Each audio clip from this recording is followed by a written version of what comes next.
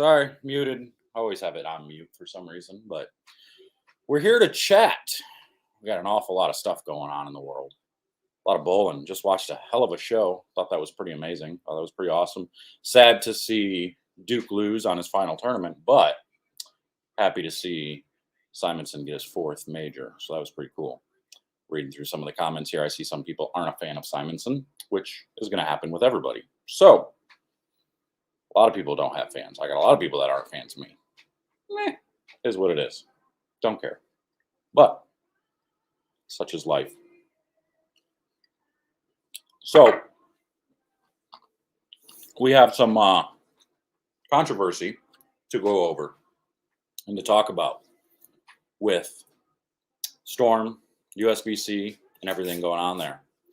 As most of you saw and heard and probably have commented on, Storm had 6 bowling balls that were removed from competition, basically told they were banned from any national USBC event. So at nationals, you can't have those 6 balls.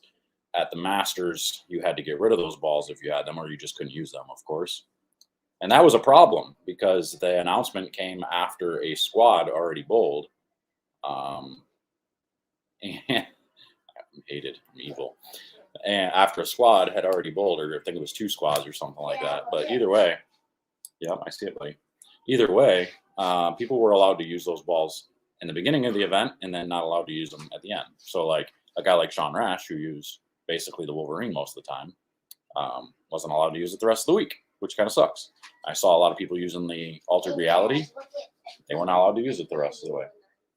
So that was the big controversy out there, was how are you going to wait until the tournament starts to enforce the rule? Because here's the thing, everybody thinks that it was like an overnight thing, and all of a sudden they just found out overnight that these balls were soft, so they have to get rid of them. They've been doing these studies from what I heard, it's been over 1.5 years that they've been studying a lot of these bowling balls and stuff. So they've known, obviously some of these bowling balls are newer, so they've just been studied recently. But some of the other ones have been out for a little while, and they've been studying all these bowling balls and testing them out and checking it out and seeing, what's been going on there. So maybe the most recent findings with the altered reality and, the phase 4 and, the UFO alert, stuff like that.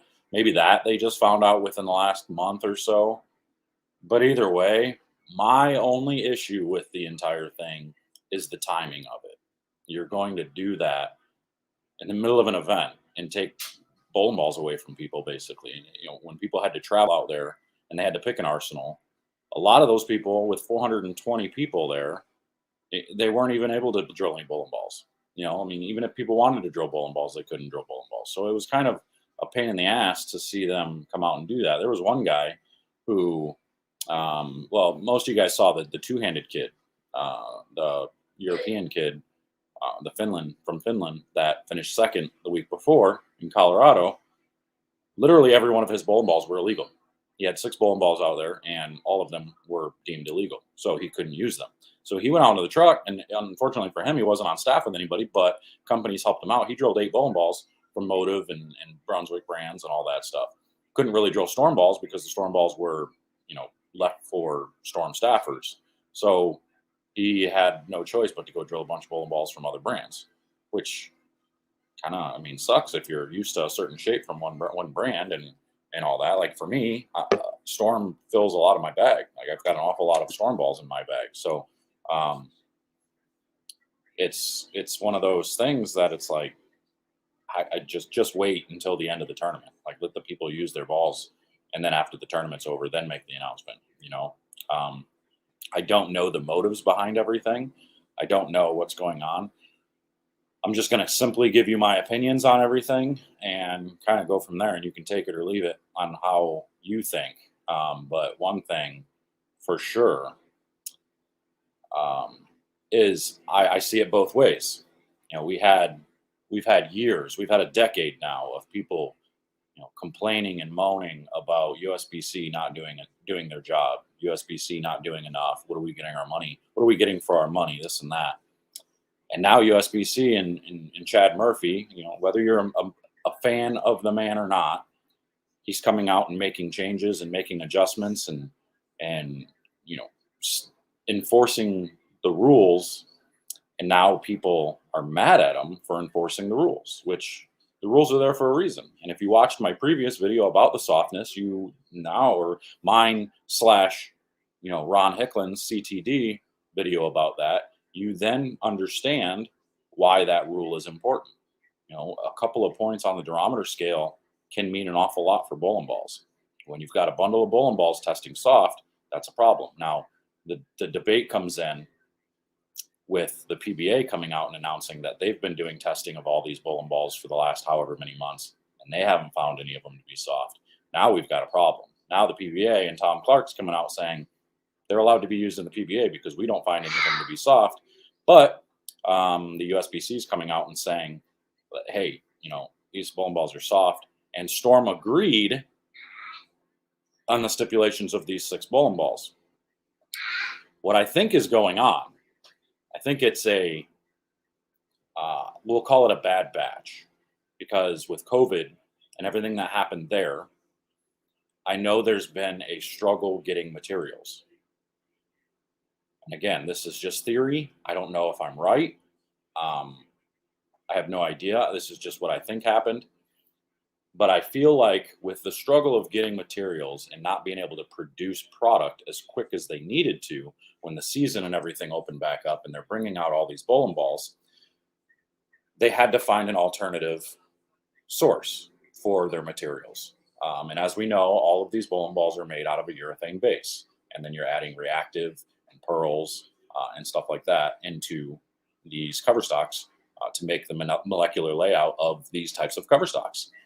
What I think happened is now whatever new material is being used for some reason is changing over time. Bowling balls are getting softer because if you look at some of the old urethane, and this is why I think this, some of the old urethane, they don't get softer over time. Those are urethane. They are what they are. And or if they do get softer, it's not to the dramatic extremes of what we're seeing from stuff like the Purple Hammer. A couple of weeks ago at the World Series at the doubles event, Jason Sterner had 2 Purple Hammers. And a double cross that actually tested soft. But here's what happened, and this is what I heard. The Purple Hammers tested soft that night after competition. So he went out and drilled a couple of new ones. And these were new Purple Hammers. These were the newer ones. So he went out, drilled a couple of new ones, and then came back. They retested the new ones, the 2 Purple Hammers and the double cross. And then they passed the test in the morning. So once they reached room temperature again, they passed. So they were heated up from use and from the oil. So I believe that there's something in the additives, something in what these companies are using in these bowling balls now are having some type of chemical reaction with the conditioners, the cleaners, and all that. And with the friction on the lanes, it's causing them to be softer. Obviously, when you heat something up, it's going to be softer. Bowling ball going down the lane over and over and over again, getting banged around, they're going to get softer. They're going to, heat up. They're going to warm up. So and that's another reason why if you leave your bowling balls in the car and they're frozen, 20-degree weather, and you bring them in and you go bowl right away with cold bowling balls, those ones go a little straighter, until they warm up. Then they start hooking a little bit more. There's a big difference in ball reaction between a ball that's at room temperature and then a ball that is, cold or even super hot out of a trunk. So just keep that in mind. There's a lot going on here. There's a lot of stuff, a lot of data that's not released yet. A lot of findings that we're not sure yet of what's actually going on. So before everybody jumps on, Storm knew what was going on, they should have been able to take care of this, blah, blah, blah. Well, careful, we don't know that yet. Because like I said, if it is what I'm thinking, and with new materials being introduced that when they didn't have a choice because they're having shortages everywhere trying to get materials, And they're not the only company. Grip companies are having issues getting, materials to making grips and getting tapes and all that stuff. There's all kinds of stuff going on right now, and has been for months and months, and even over the last year and a half. So there's some issues there. I think in my opinion, EBI, before they transitioned to Brunswick, was testing some waters, and that's how they came up with the chemical makeup of the Purple Hammer, and that's why nobody could recreate the Purple Hammer. They figured something out, and they took full advantage of it, and that's why the Purple Hammers are so good. They figured out how to get them to, do what they want them to do. So it's possible that other companies have stumbled into that same type of thing now. But where I think this is probably going is after some study, after some data is released, data is announced. If they release data and announce it, I think they're probably going to end up making where they're going to have to make it to where certain materials are banned. Certain materials that get softer over time can't be used, because that's why we're running into a lot of these issues. Bowling balls are testing perfectly fine when they're brand new, and then as they get used and are tested in the field, they're being soft. Now, I don't know if USBC got a bunch of new bowling balls, a couple cases of altered realities and UFO alerts and all that, and then they were doing testing on new ones before they even went down the lane, and they were finding them to be bad. I'm not sure about that. I don't know. If anybody has the answer to that, let me know. I do not have the answer to that. All I can tell you is, as long as there are no shady business going on, as long as there's no shady business going on, like it's not something, the conspiracy is that, now Chad Murphy has it out for, Storm, because Storm was throwing a fit about the Purple Hammer, blah, blah, blah. And so now they're, attacking Storm and making all their bowling balls. That's the conspiracy theory. I don't know that I believe that. The other one is, well, Chad used to work for EBI for so long. That's why, he was so lenient on the Purple Hammer, and he's hammering down on motive and everything else. Again, I don't know anything about that. I can't say anything about that. And yes, you are correct, Chris.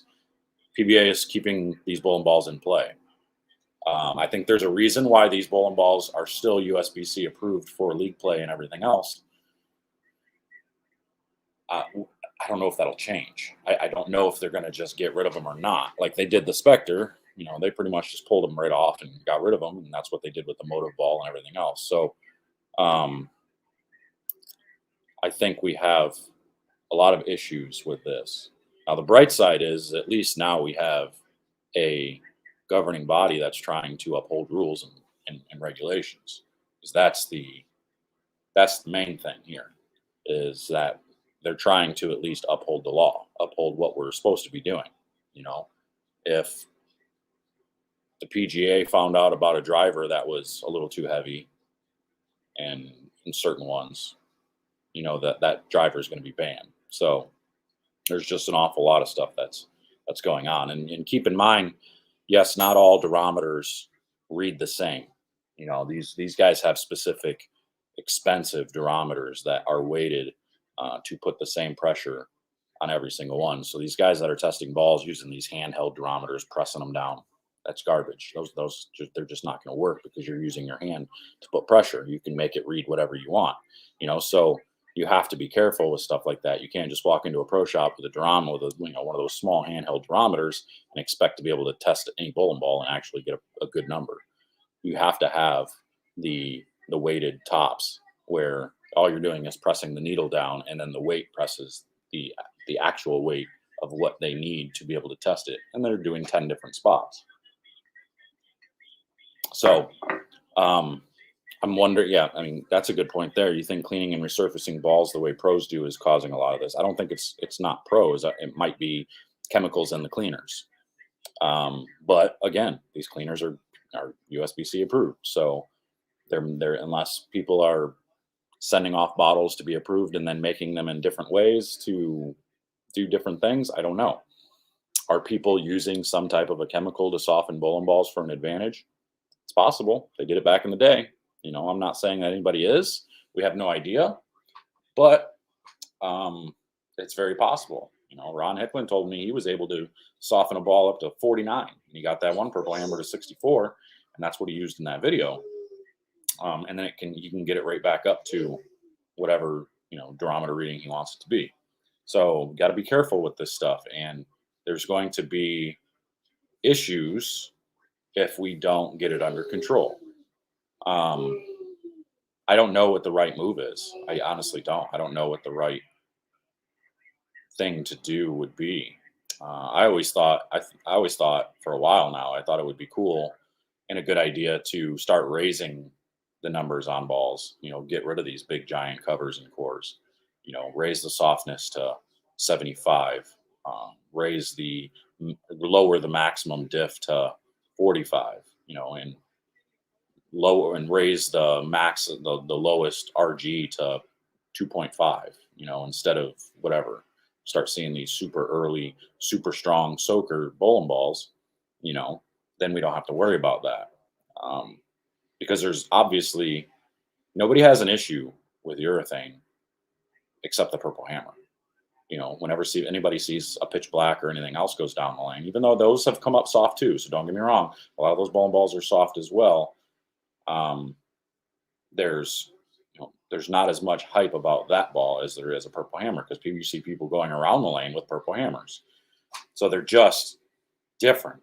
They are just flat out different, and that's why you see them so much. I think that was the idea of what USBC did this week with the pattern, was to get rid of urethane. And I think they did a hell of a job of that, because first block, a lot of people tried it. I went and watched A Squad that first block, watched Don Barrett try to start it around 12, 13, 14 with a purple hammer, and it looked okay in practice, looked okay the first couple of frames, and then all of a sudden it was over under like crazy. You get it going up the lane, and it would hook early, get it going to the right, and he would miss the head pin. So he bailed on it in the fifth frame and went to like a little ghost, and went to some different things and moved way left, and he kind of paved the way for what I saw. A lot of the same thing was, there was some comments of people saying, well, why aren't these guys playing straighter on the show? I mean, I think Simo and Duke did a pretty good job playing as straight as they possibly could. I think Simo, was a strategy on Simonson's part, was to play just a little bit left of where he knew Duke was going to play, try to take away Duke's hold and maybe make his carry a little bit rough, which seemed to have worked at the end. I think Simo probably could have bowled an even better game if he would have moved a little left, but it doesn't matter at that point, because all you're trying to do is beat the other guy, so PBA wants higher scores. Patterns like that, you're not going to see those higher scores, that's for sure. Like, though, that reminded me of old US Open day, when the pattern was like 1-to-1, dead flat across. That's what it reminded me of. Even though the shape didn't look like that, that's what it reminded me of. And no, I don't think Chad Murphy's sick of seeing Storm win. I don't think he cares. I think Chad honestly does give a damn about the game. I think he's just trying to prove that, look, we are trying to take care of things. USBC has a purpose. This is what we're doing. Pay attention. Kind of like he said in his letter, which a lot of people thought it sounded kind of condescending and a little people were a little annoyed with it, but he's kind of got a point there. It's like, look, you guys did all this complaining about nobody doing anything, and now that they're doing something, everybody's mad at them. Getting rid of wristband. PBA thing was the wristband thing, but I agreed with that too. I think that was a good move, getting rid of the wristbands. Not that it ever was going to make a difference at the PBA level, and it's not ever going to be enforced at the USBC level. It's never going to be a league thing where people can't use wristbands there. But it's just an integrity thing. It's like, why can't you use a belly putter? Why can't you use an anchored putter? Same type of thing. So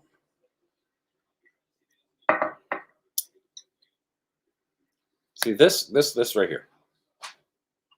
I have a hard time with this, because I'm actually starting to believe that wiping off the ball is hindering your ball performance, because when you're wiping it, none of these towels actually pull the oil off of it. All you're doing is smearing it around, which essentially I think is making it go straighter. I think a lot of these guys only wipe their bowling balls as a part of their routine. Um, I don't have any data to back this up, of course. It's just what I notice on it. But I think that's kind of where we're going, or where I'm going with that is I think that's what has a lot to do with it. What we got here? Banning bowling balls during a tournament is similar to changing the oil pattern halfway through. Well, that happens too. I mean, I can't say that out loud. Shh, I didn't just say that. They claim it doesn't happen. A lot of people came out and said back in the day it used to happen all the time. You know, um, I've heard stories from past lane men and other things with these types of things happening, and people taking oil-soaked basketballs and bouncing them down lane on certain pairs that they knew certain bowlers were going to be bowling on, just to keep them, from making shows and everything. And it just those types of stories are disturbing, very disturbing. You don't like to see it. Um, you want to see as much integrity as possible. I don't believe the PBA is doing that right now. I do believe the PBA is creating, and obviously the Masters was different than the PBA. The PBA didn't create the Masters pattern. That's all done by USBC and Kegel. But the PBA has their patterns set up to create specific shapes. And I think those, in my opinion, I think those specific shapes tend to cater to certain styles a little better than other styles. It is what it is. Let it be what it is. You either adapt or you die. And that's what we're trying to do. And that's what I've been trying to do. I've struggled on those patterns for a while now. I've gotten a little better on them and starting to figure them out. So we'll see what happens here. But, another guy that sees it similar to me is, somebody like Ronnie Russell. Says a lot of the same stuff. Trying to get his hand to be more up the back because he's super, super tilty. Now they want the super tilt down lane. So I don't know. I think a lot of things come into play here. As far as the black curtains and stuff, wanting to do all the testing without people being able to see it, I don't understand that. That doesn't make any sense to me. I have no. I mean, I don't know. So,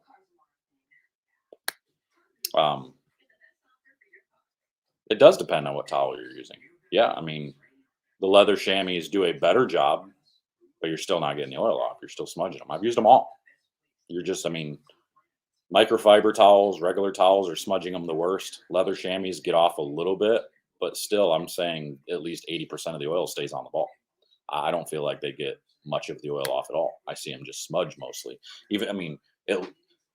Because you don't see the rings on it, it looks like it's gotten them off, but it's just smudging. You can see them lane shine real fast. So I think it makes a big difference. I don't know. You're never going to be able to get all the oil off. I mean, they're porous bowling balls. That's just how it goes. So it is what it is. One of the comments I wanted to show you, let me see if I can pull this up for you. Somebody had made, is that the right preview? Let's see what that is. Yep, that is. All right, so let's share that with you. Oh, it does that to me every time. I guess I'm not sharing that with you. It was a comment from Richard Hansen, one of the guys that works at Brunswick. Has worked with EBI for a long time. He said the only durometer reading that matters is USBCs. Like it or not, that's the truth. Plus, the PBA chose 70 for their number on whether the ball was legal or not. Plenty of balls would have failed the PBA test had they used 73. The PBA should release their findings. I agree the PBA should release their findings. Now, the whole 70 number is interesting because if that's the case and bowling balls were still failing tests under 70, you got some majorly illegal bowling balls that are out there from USBC. So that's very interesting, a very interesting take there because it's that could make a big difference. So I would like to see what Tom Clark has to say about that, if that's what's actually happening. And whether it matters or not, I don't know. I mean, I don't think it matters to the PBA at all, because the PBA can make their own rules. They don't have to abide by USBC. They are their own. They are their own company. They can do whatever they want. So that's all on them. What's Boogie saying here? Here's a thought. Why don't we wipe off oil when the ball returns before? I'm not really sure what you mean there, but yeah, I've had tournaments where I've never wiped off my bowling ball, and my ball reaction seemed very consistent. So, and I've done that most of my career.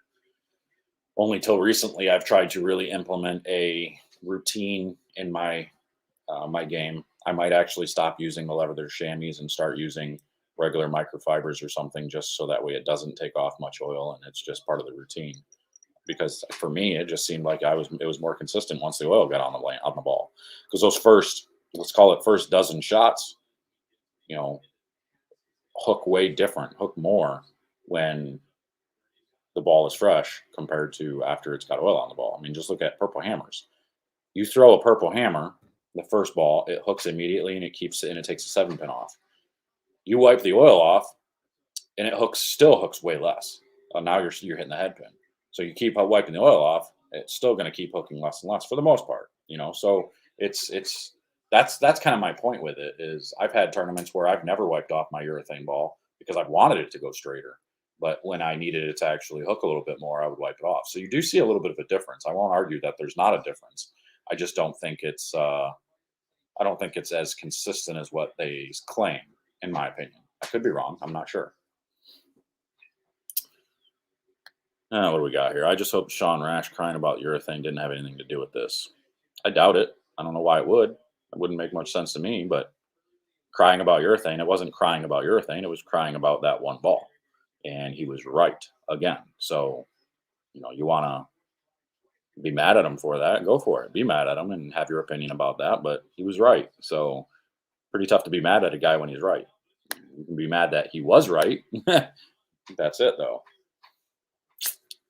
Just join. Hope all is well. 55-year-old bowler. You did a lot better from watching the Bowl TV broadcast. Yeah, it was a little better for me this week. Appreciate you joining. Thank you. A lot better for me this week. I think a lot of my focus was good, focusing on the basics again.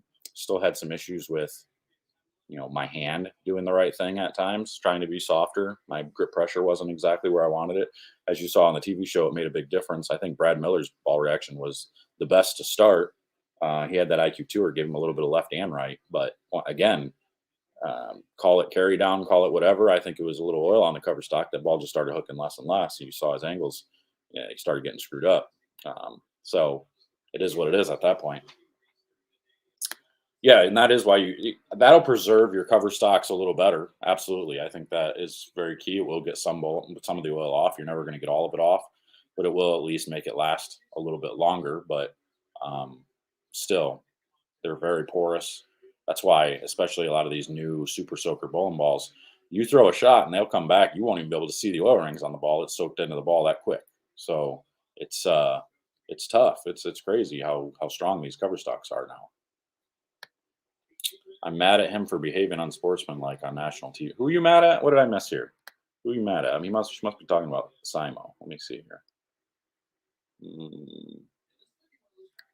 Or maybe, you're talking about Sean. Yeah, no, I got you. Yeah, I mean, and you can have that opinion too. That's fine. I'd partially agree with that. I think it was bad timing for that, you know. But I think he did, however, go to the powers that be with USBC and the PBA multiple times about it without, you know, a whole lot being done. So I understand his frustration, but it's very. We don't know the whole story behind everything, and we're just now starting to get bits and pieces with all these bans and everything else. So, and I have quite a bit of insight on a lot of this stuff, and I still don't even know most of what's going on. So it's kind of crazy. The only thing I don't understand is how Storm missed the hardness of the balls being under 73D. Did they not do? No, see, that's the problem. Again, I think you guys are missing the point. I don't believe that it's brand new bowling balls that are testing under 73D. And if they are, I think it's only in certain conditions. Because you remember, these bowling balls all passed the test initially. Were they doing field tests to test these bowling balls and they softened over time? That's the question. We don't have those answers. We don't know. So, and Storm came right out and said they disagree with their findings because they are up to date on all of their, their quality control and everything else. So we're just waiting to see all the data. We're waiting to see what USBC came up with. We're waiting to see what the PBA came up with, and we're waiting to see what Storm presents to everybody. We just don't know. And maybe we don't get any of that. And I think that's a big problem. I think transparency is one of those things we need. We should have. We don't for some reason. I don't understand why, but we don't. And that's a big problem. If anything, I think Storm will be transparent. I think they'll come out and they'll show you. Look, here's everything we know. I guarantee they spend a ton of money researching bowling balls and everything. Yep, you can get them out of there, buddy. Grab a plate. Here, I'll help you. It's hot. Here, hold on, guys. I'll be right back.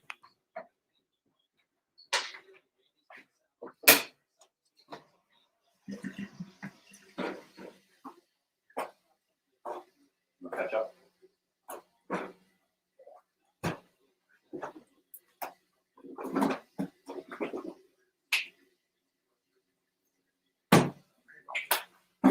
On the table over here for you. You can take them in the living room if you want. Okay. So, yeah, I think we've got some problems here. I think Storm will come out and they'll be pretty transparent about what they thought or what they find. I'm not so sure we'll see the rest from everybody else. What, bud? What? Go ahead. Why not? You don't want to spill them? Okay.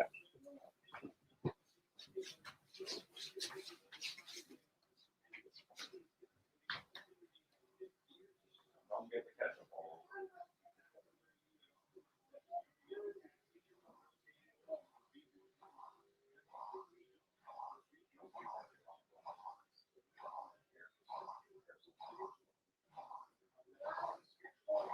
No, you don't need one.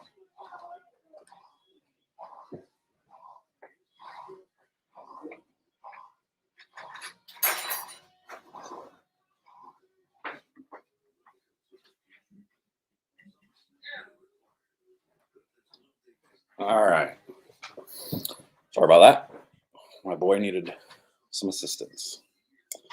But anyway, yeah, where are we at here? Let's look at some comments, see what people are saying.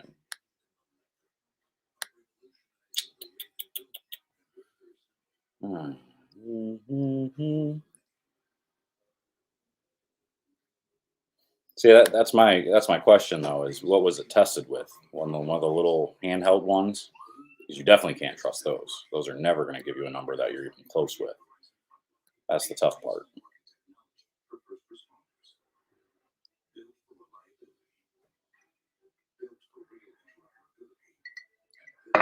See these comments. This is what I mean. Why? Why aren't they worth our time? What do you think they're doing right now? I mean, you just want a free for all? You just want all these companies to just make bowling balls however they want to make them and just call it good? You want people to start using metals and making the cores as small as possible so they just start hooking off the lane even more than they already do? You want them to start breaking pins, shredding racks? Like, I mean, what do you want? You want? I guess I don't understand what people want from USBC. They're a governing body. They're not a free for all. They're not here to give you goodies and gifts and awards for your scores and stuff. Like, what do you get for your PGA membership when you do become a member, or when you actually join a league or something? What do you get? Nothing. You get a rule book. That's it. So I don't understand what people expect from USBC other than to govern and enforce the rules. They're doing what they're supposed to do. You don't have to like it, but to think that it's not worth your time, I think that's a little ridiculous to me. Sorry, I forgot. Y'all are on my channel, and I'm not like the other people. I'll call you out. I mean, I'm not like everybody else. I'm not going to be politically correct. I'm not going to do any of that. I'm going to tell you how I feel. So that's why people aren't a fan of me. Piss off.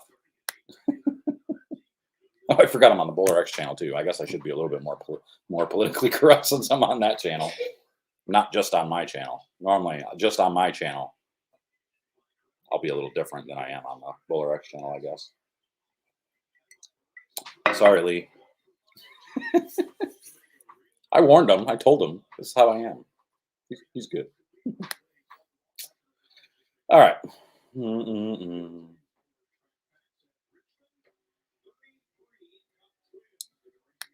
If they need to test the tester before they test the balls, or I think they need to test the tester. I don't know. I mean, it's it's tough to say. We don't know. We don't know exactly how everything is done. That's another issue. That's where the transparency comes in. And they already wanted to put it behind black curtains. So I don't get it. I don't know.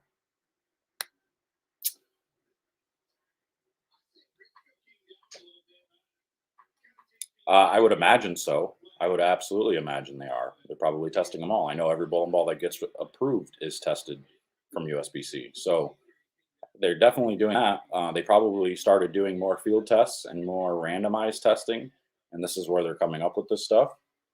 It's not to say that companies are changing, formulas when they're making these balls in the masses. We don't know. What we do know is, batches come out different. I mean, just think of this. Like, there's a reason why you drill a ball and you absolutely love it. So you drill another one and then you absolutely hate it. So you drill another one and you absolutely hate it. And you're putting the same layout on it. All of a sudden, and those last two go so much straighter than the first one. Depends on when the batches were made, the temperatures they were made at. There's all kinds of things that go into play here that can change the way a bowling ball is. Because the softer the bowling ball, the bigger the footprint, which means more controllable and more overall traction, I guess you would say. So it makes a big difference in bowling balls, whether you want to believe it or not. Makes a huge difference.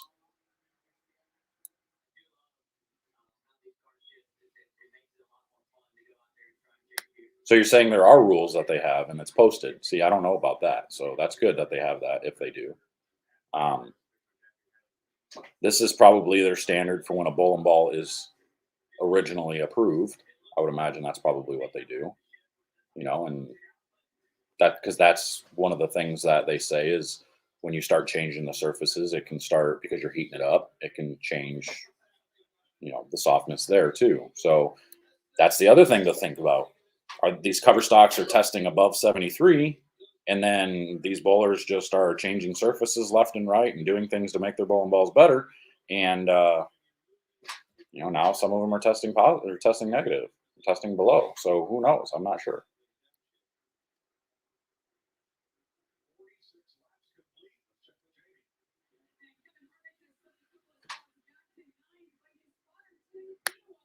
Storm's chemical reaction with their covers and their polish,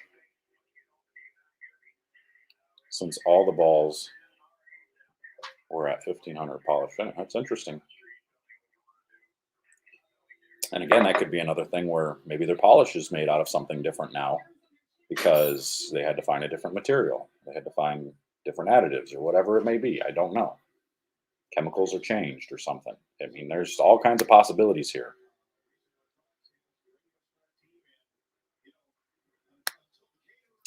That is a possibility. But again, these balls have to test positive through USBC before they can even start mass manufacturing. So they manufacture a bunch, send them to USBC, they get approved, and then they start mass manufacturing all these bowling balls. And they do it at the same, with all the same stipulation as what they did before and the same conditions. So I don't see how that would be an issue.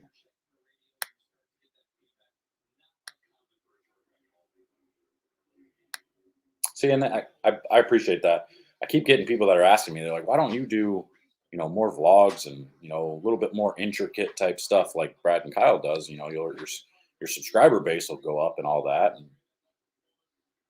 I'm one guy. Like I'm my own man. That's my problem. I don't have people with me that can get video or take very rarely, like this for at the Masters, I had a buddy there that I was watching that was able to take a couple clips of video for me. But that was about it, when I'm out. If I had the money, I would hire somebody to be with me the entire time. I would travel around to all the regionals and everything and bring somebody with me and pay them to be there if I could. But unfortunately, bowling just doesn't pay enough. And not enough of y'all are joining my channel to be able to make that happen. Hint, hint. So, nah, I mean, it's tough. It's not easy when you're a one-man band. Because I don't travel with anybody because I always have my kid, so it makes it tough. And everything is one squad now for the most part, other than like, the Masters. Everything's pretty much one squad. So even when I do have somebody that I travel with, they're bowling at the same time. So, I guess I got to start looking for like people that are local in the area that want to volunteer and be a part of the vlog each week. Maybe that's what I'll do. Maybe run a contest or, ask for volunteers and draw a name out of a hat or something of somebody that wants to be my technical, videographer for a bowling ball or something. I'll buy you a bowling ball or something along those lines. Maybe that's what I'll do. But I do appreciate the comments and everybody.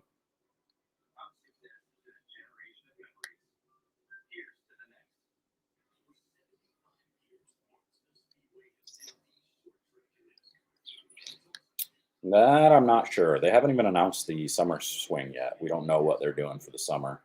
I'm going to keep bowling. Like I plan on bowling the regional season and everything too. So, um, I'm going to keep trying to make improvements throughout the year to get ready for next year because there's no reason for me to not keep bowling. I mean, I've got everything in the palm of my hands the way I want to do it.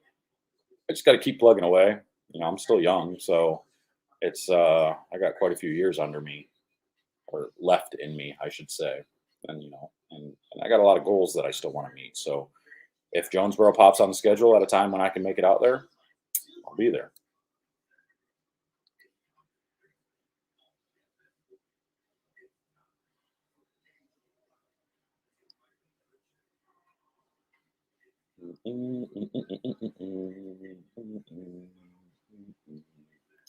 Da, da, da, da, da.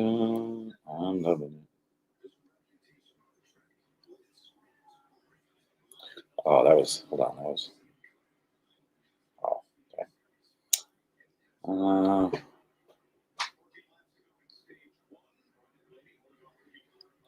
Wait a minute, time out. So what was the real purpose of paying $20 a bowling ball to get the weight hole plugged? To what? Try to make the field even with a bunch of two? No, because because now the data shows that weight holes can manipulate bowling balls and differentials and everything a lot. You can do a lot to a bowling ball with a weight hole, because you can change the core. That's why Mo came out with the P1, P2, and P3 hole. You put a hole on the top of your VAL up, and you can make the ball flare less. You bring the differential down. You put a hole in the middle, you basically don't change it much at all. And you put it right on your pap, you don't change much at all. And you put it down below your pap on the VAL, and you end up increasing differential. And that's a reason why Mo always said, drill your thumbs as deep as possible to get as much differential as you can. That's what he's talking about. And that's why you can make changes. I mean, for an example, I had an IQ tour where we went out to nationals. I forget what year it was. I think it was 2014. We went out. It was in Reno, and it was the year that Terry Rohrer got in a cab, had 20-some hundred or $3,000 in his wallet, ready for nationals, and apparently he paid his bill and left his wallet on the seat. Got his wallet back, the cash was gone. That was rough. But anyway, so that year, and that was the year that he had the front 10 or front 11 3 times. Twice at the Bowler's Journal, and then once in our team event. So, but anyway, so we went and bowled the first Bowler's Journal that morning at like 8:30 or something that morning. And I bowled like 6:15, and I used this IQ tour that was just gave me a little bit over under, and I was getting frustrated. And I'm like, man, everybody's rants and raves about this freaking ball. It's the first IQ tour I ever drilled. Like everybody rants and raves about this ball. I don't understand it. Well, I'm like, this thing is flaring way too much. I laid it out too strong or something. I went and actually into the storm booth, and I put a hole in it. I put it up, and to get it to flare less and control it a little bit. I came out that next block, bowled that used that same ball all 3 games, and I bowled 790, 796 or something like that, I think, with 300 game 2 with this ball. All of a sudden, I had the world with it. I had exactly what I needed out of it. So that's what they're trying to prevent, is things like that, being able to manipulate it. You're supposed to be able to manipulate it with your hand and do all that stuff. Being able to manipulate it with changing the cores and the hole, putting holes in the ball and everything, that's where they're trying to, I mean, I'm sure there's more to it than just that, but that's one of the advantages to it.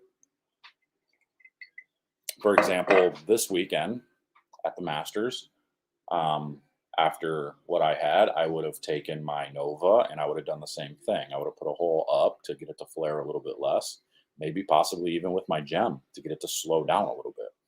Um, that's a big thing there. Plus, it limits the layouts and the possibilities for the two-handers a little bit too. So there's just a lot that goes into this stuff.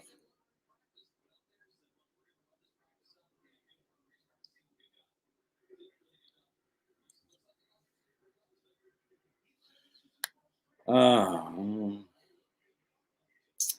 what I think was interesting is um, Bruce Falcon was out there hanging out, and I was having a conversation with him and Steve Novak, and we were talking about a lot of different things when it comes to bowling. And we were talking about like certification, lane certification, all that stuff. And the one thing that was kind of crazy was like lane 40 was awful because that front panel, like it moved. Like it wasn't even like attached properly and it sat down on the left side. So the lip of the second panel sat up. So if you rolled it into it, your ball would actually hop over it. And so it made that front panel really hook. So you had to throw over it. And then when it hit, it would bounce and you didn't know which way it was going to bounce. And it was awful. And it's like, it's conditions like that. It's like, okay, so you took the time to go out there and, get the topography test of the center and all. Why didn't you fix that panel? Like, and I'm sure there was multiple other lanes that were just as bad, but why wouldn't you fix these panels? Why wouldn't you take care of these issues? I got to shave my head. Why wouldn't you take care of these issues and before the event? So there's a lot of things that are just kind of questionable that you wonder about and everything else. But again, I guess they're kind of just working with what they've got. They can only do so much. The membership's not where it was. I think I've said this in the past. I think USBC shot himself in the foot when they started offering award scores and stuff, or awards for honor scores. I think that was stupid. I think it was really silly. I understand why they did it. Try to give a little bit more value to these bowlers, but now all of a sudden that's what they expected. And once you took that away, now everybody's like, well, what do we get out of it? Well, you get everything else except the awards. The same thing you got before. So you thought you paid, $20 a year for awards. I guess I didn't understand that. That's why initially people were so amped up about the awards and stuff. I had attempted when I worked at Turbo, until I basically got told I couldn't do it anymore, to start an organization, like an awards organization, basically, where you would, pay a membership fee and you'd be in drawings to win bowling balls and everything else. And we did it for a few months. And then I had a guy I basically hired out, told him, to take over, and then he just disappeared on me and everything just kind of went away. So, and then Turbo essentially told me I couldn't do it anyway. They didn't want to ruffle any feathers and everything else. So I stopped doing it. I probably could do it now, but now I'm not on the road visiting centers and stuff. It would take an awful lot of work to do something like that. I'm not about to try and step on any toes or anything right now. But everybody's ranting and raving. Why don't we just have a new organization? Well, I think the PBA could do it. Why doesn't the PBA just come out with their own governing body? Then you basically own bowling all around. So I don't know.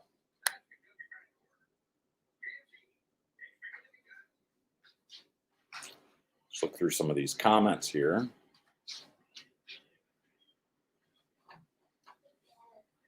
Well, buddy.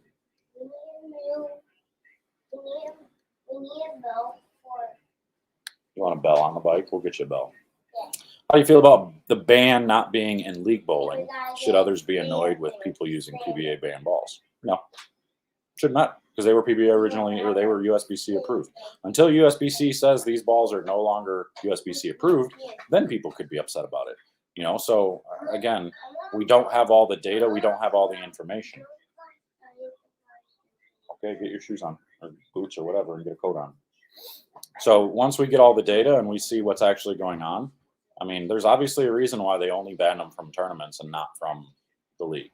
And I think a lot of it's very possible that they actually found more than the 6 balls that were below, and they just kind of struck a deal with Storm and said, hey, we're not trying to bankrupt you, but let's get rid of these balls, and then I'll give you time to do some recalls on these and, make some changes and adjustments and stuff and do what you got to do. We're not going to get rid of them for league yet. We'll wait till summertime or something, and then when people are done buying bowling balls, essentially, then we'll kind of make some changes there. But I don't know. We'll see.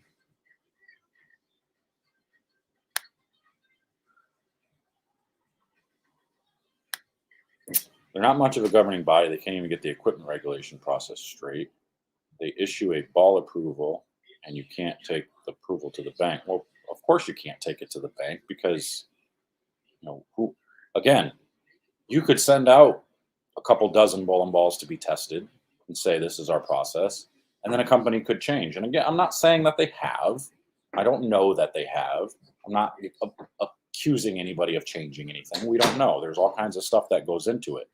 But that's why there's field testing and testing down the road, because something could happen. Something could happen with the machines. Something could that they just didn't see. You just never know. And all of a sudden, bowling balls are just coming out different and not correct. So you can't take it to the bank because you just don't know if something has changed. And that's why they do field testing and random testing and all that stuff.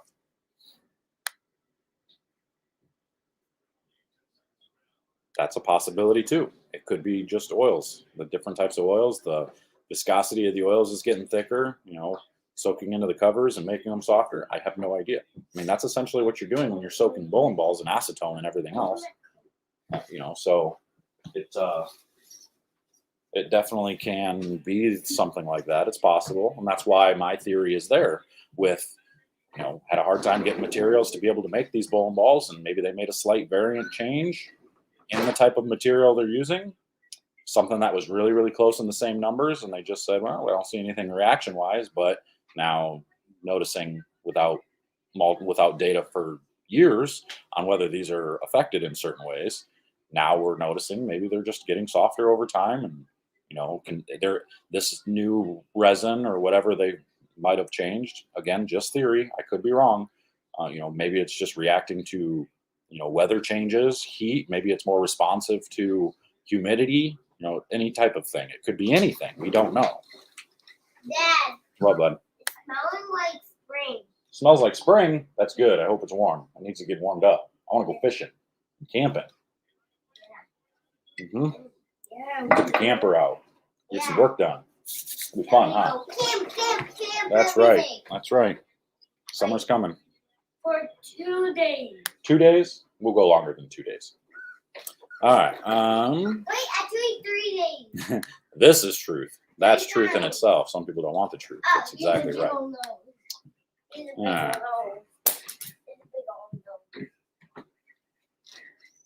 it does.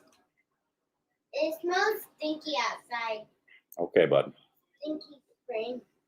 That stinky spring. I'm sure he'll still bowl stuff like the TOC, and maybe some other small stuff. I think he was kind of hoping to win this event, have a nice $100,000 check to do some investing or something in, but who knows?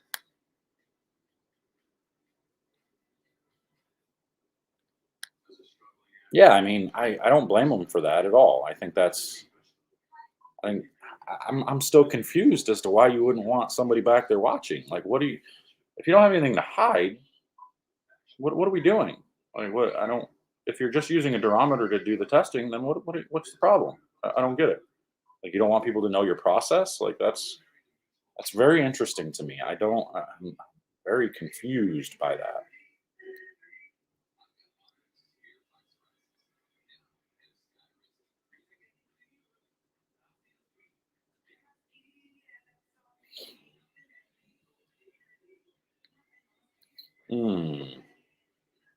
Only test 2 bowling balls. I don't think that's true. I don't remember them saying that. Did they really say that? If they said that, that's crazy. And if they only really test only 2 bowling balls, that's kind of messed up. I wouldn't be doing that.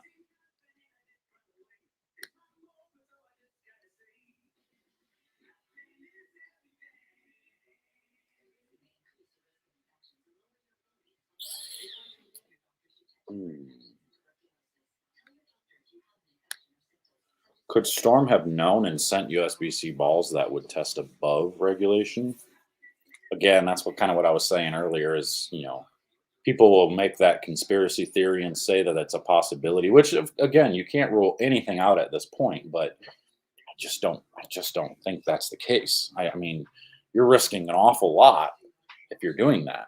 I mean, I don't know that that's worth the risk just to get your bowling balls to react just a little bit better, especially at a time when you're storm bowling. You already are known as basically the best bowling balls on the planet. I mean, it's tough to say that.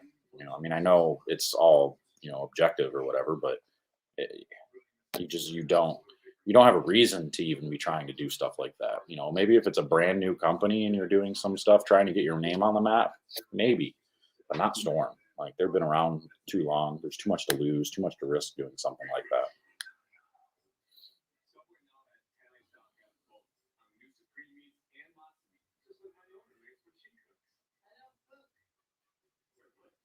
Yeah, they did change the rules up from 72 to 73, which I think it needs to go up to 75, and then maybe we don't have this problem. 75 with a variant down to 73, maybe. I don't know.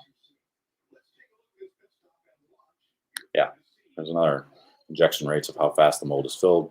But again, they set these to do them in a specific way, in a specific manner. So I would imagine they wouldn't have changed that. So who knows? I do wipe my bowling ball with a towel, sometimes with a chamois. But again, like I said, I see a difference in.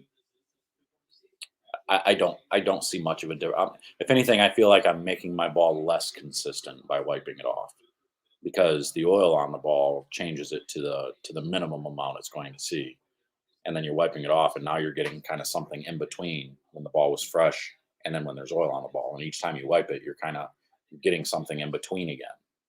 So say your first one hooked at a scale of between 1 to 10, it was say an 8, and then it comes back and you wipe it off. Now your next shot only hooks at like a 7, and it comes back and you wipe it off again. Now it maybe only hooks at like a 6.5. So those little changes. Whereas if I throw it, it hooks at an 8 the first time in warm ups, and then the next time it hooks at a 7, and then without wiping it off, and then the next time it hooks at a 6, and then a 6, and then a 6, and then a 6, and then a 6, because I'm not wiping it off.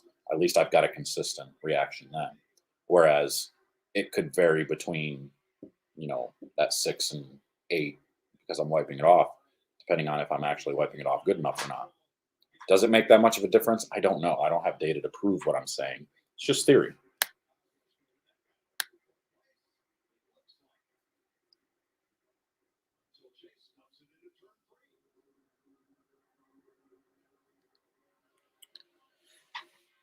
Sneaking at work. Oh, gosh, what is Storm's Roto 900 best ball for a guy with low rev to go left with? If you're low rev rate, you probably go with like a Nova. I was able to go pretty far left with my gem. I used my gem pretty much all week, and I was able to go around the lane out there. So either one of those I think would be okay. I really, really like the Dark Code. I think the Dark Code was really good for a shinier ball. That's the way to go. I originally would have said Altered Reality. I think that one was just a pinch stronger than what the Dark Code is. Obviously, you might not choose to drill that ball because it's not able to be used out at USBCs, but I don't know.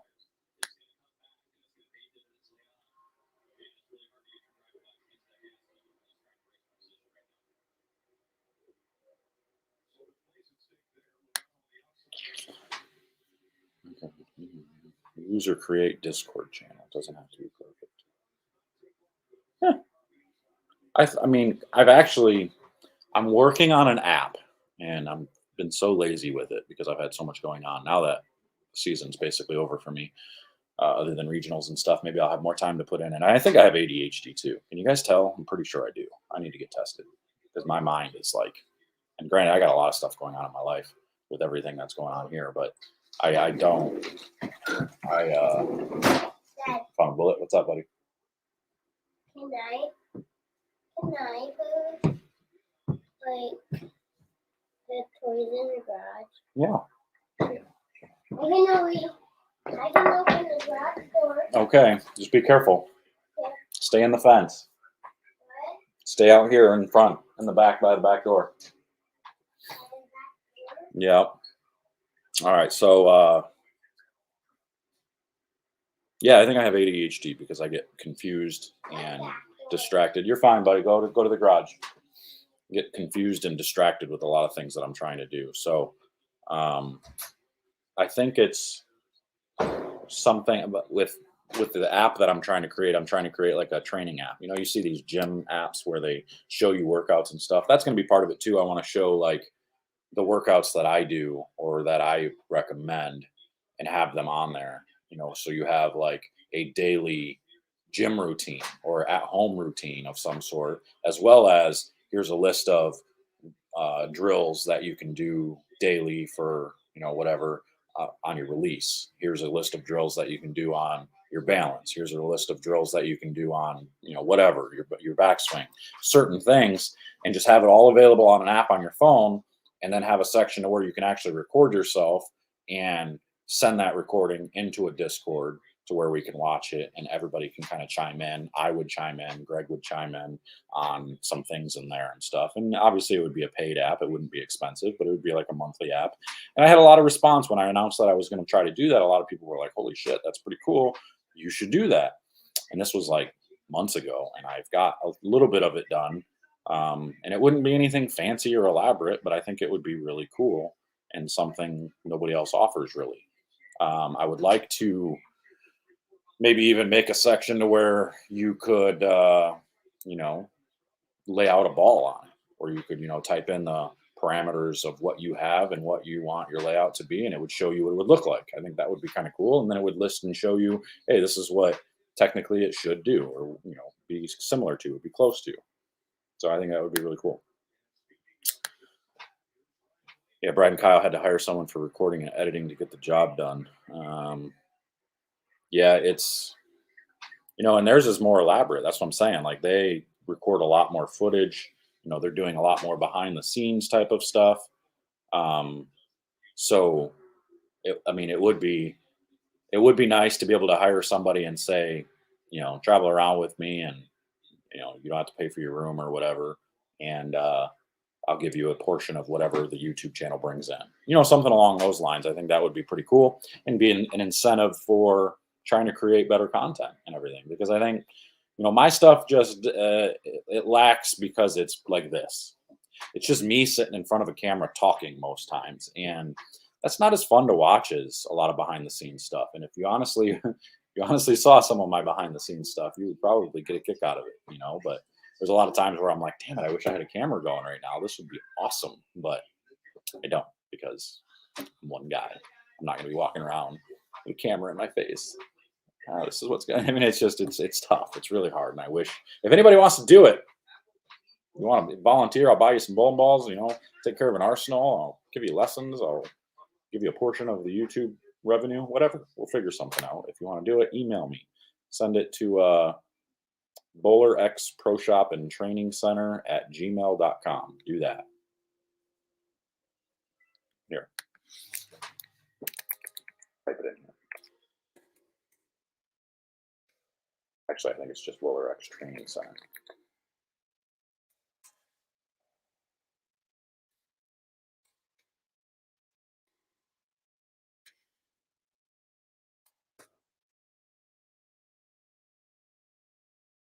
I'm way behind on comments right now, so I'm kind of skipping some. So sorry about that, y'all.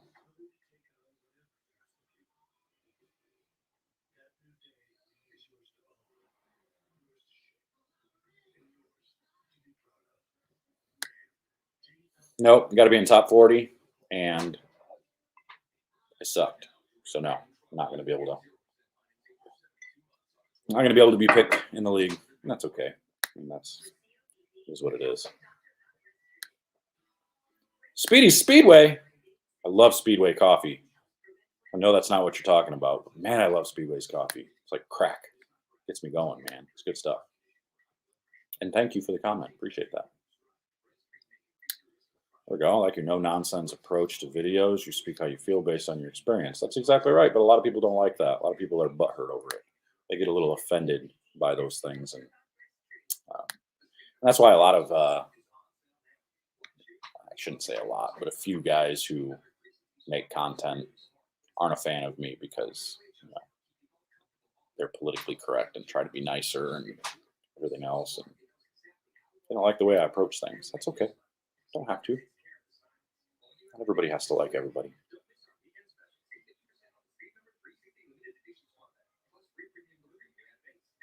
Yeah, I thought that was pretty neat. Simonson yelling at the camera. It's a statement right there. I think that was a pretty good statement.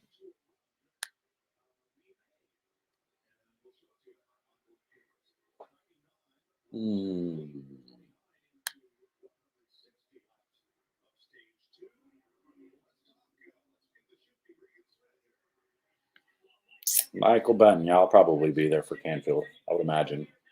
May 6th, yeah, more than likely I'll be there for that.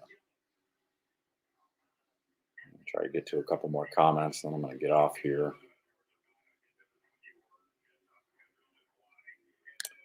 You better keep that to yourself. Don't be letting too many people know about that. You nasty. Jeez.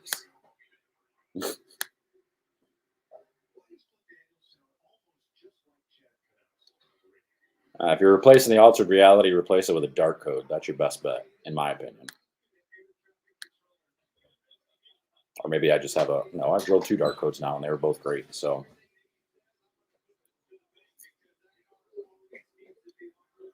uh-oh, you got some whining.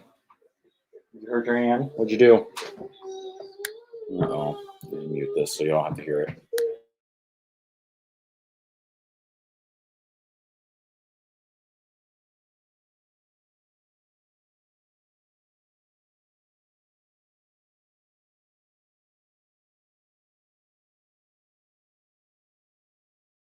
You'll be fine. All right, let me see here. What, buddy? No, I'm not bowling nationals this year. I mean, unless I can find somebody that needs somebody that's got a decent team, then I might. I don't know. Okay, we'll go in a minute, bud.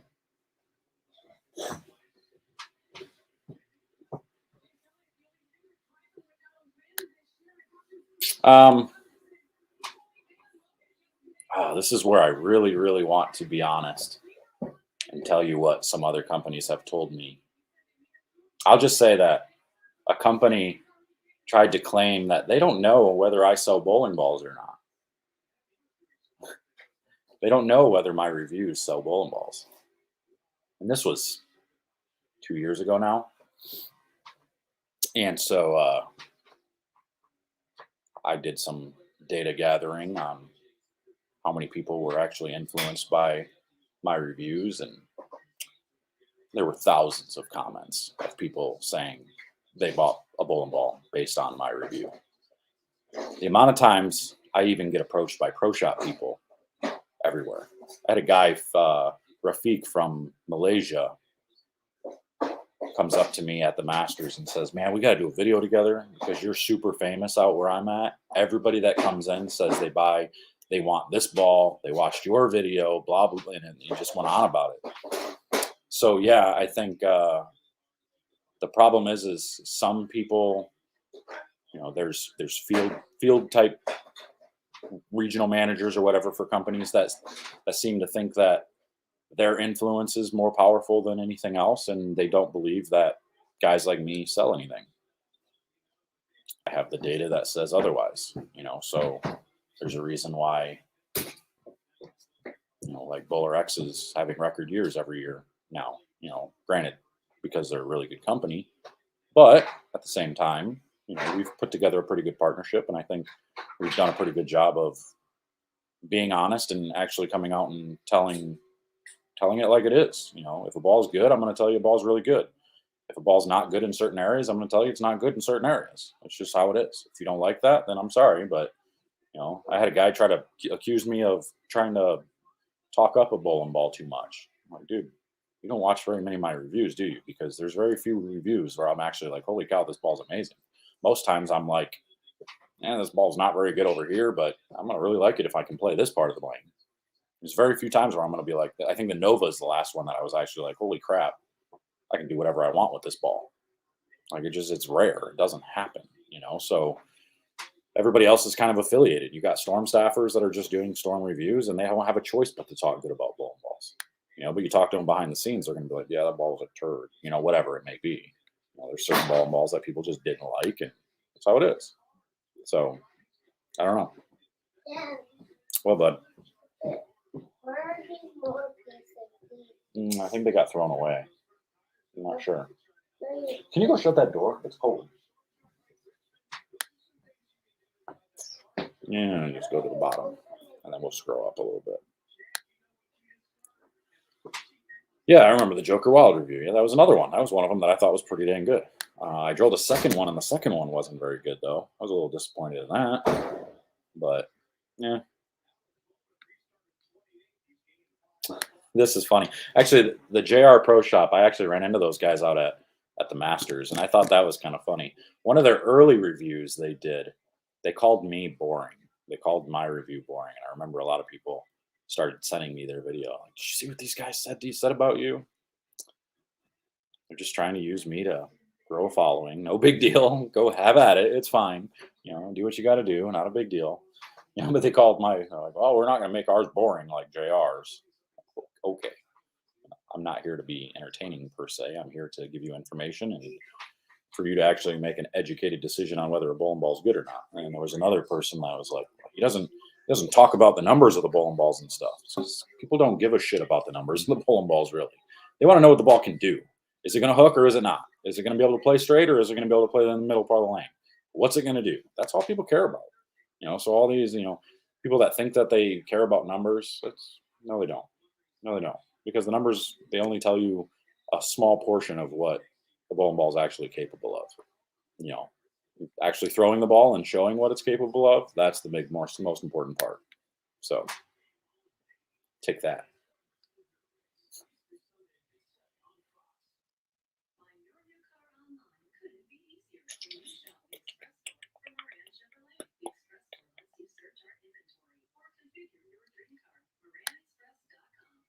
Scroll up here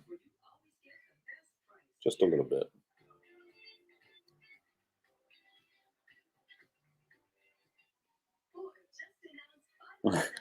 What I miss here? Who's Zach Weidman? I don't know who that is.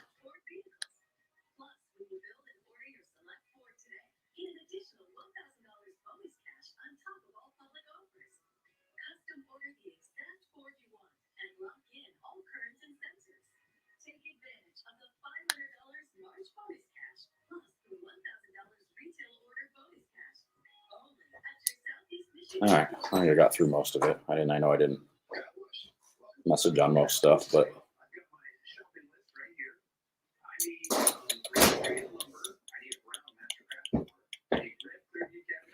what's going on here? Are people yelling? I'm missing something. Can't we all just get along? Who's saying stuff? I want to know.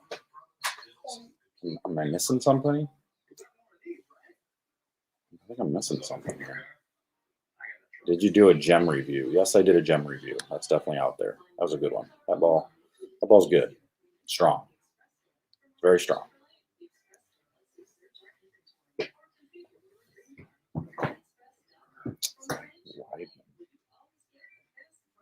Oh, the kid that spins the piss out of it. I gotcha. Just twirls it. Yeah. We made the regional show. Made the regional show last year or whatever.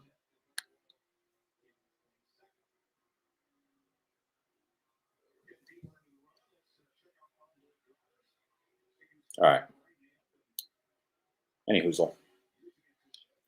I'm going to roll out of here. I've been on here for a little over an hour now. I'm going to head out. I got stuff to do.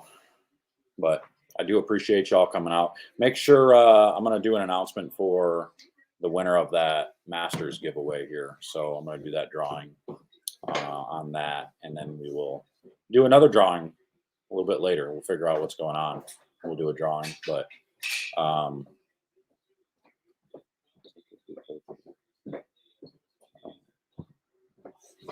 anyway, we'll do that drawing a little bit later. So I'm out of here. I don't understand why you say Zach Weidman can suck it. That's really weird. We're going to hide that now. But anyway, I'm out of here, and we will see you guys next time. I'm sure we'll talk about some other different stuff. So, oh, wait a minute. Hold on. Kristen, what's your thoughts on two-handed bowlers? Are you a two-handed bowler? They suck. No, I'm just kidding. I don't care. Two-handed bowlers are part of the game. It's a lot harder to do. We'll say it that way. So Yeah. I'm out of here. We'll see you guys later. Take care.